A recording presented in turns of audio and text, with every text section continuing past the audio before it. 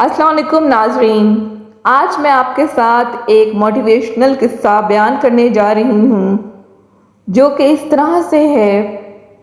ایک باپ نے اپنے بیٹے سے کہا، اپنی بیوی کو طلاق دے دو۔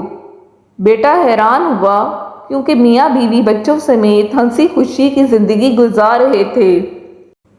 بیوی میاں کی خدمت کرتی، ہر حالت میں صبر و شکر سے رہتی، مگر والد بضد تھے، بیوی کو طلاق دو۔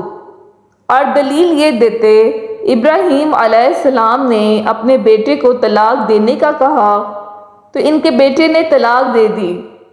بیٹا بڑا پریشان ہوا، ایک طرف باپ کا حکم، دوسری طرف بیوی بچوں کے مستقبل کا سوال۔ اگر باپ کا حکم مانتا ہے تو بیوی بچوں کا مستقبل تباہ ہو جاتا ہے، اگر حکم کے خلاف کرتا ہے تو اللہ ناراض ہوتا ہے۔ نوجوان نے یہ سن رکھا تھا، مفتی کے پاس ہر مسئلے کا حل موجود ہوتا ہے۔ اس نے سوچا موقع اچھا ہے، چلو اس بات کو آزماتے ہیں۔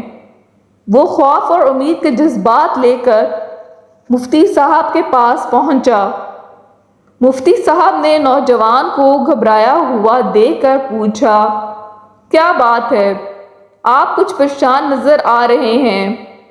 نوجوان کو اس کے لہجے میں ہمدردی نظر آ رہی تھی۔ نوجوان نے سارا مسئلہ مفتی صاحب کو بیان کیا۔ سارا مسئلہ سن کر مفتی صاحب بولے، کچھ اور آپ کہنا چاہیں گے؟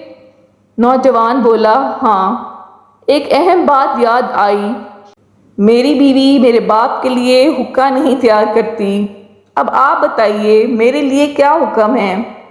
مفتی صاحب بولے، اگر مسئلہ ایسے ہی ہے جیسے آپ نے بیان کیا ہے، اگر آپ کے والد صاحب ابراہیم علیہ السلام کی طرح اور آپ اسماعیل علیہ السلام کی طرح ہیں تو طلاق دے دیں ورنہ نہ دیں۔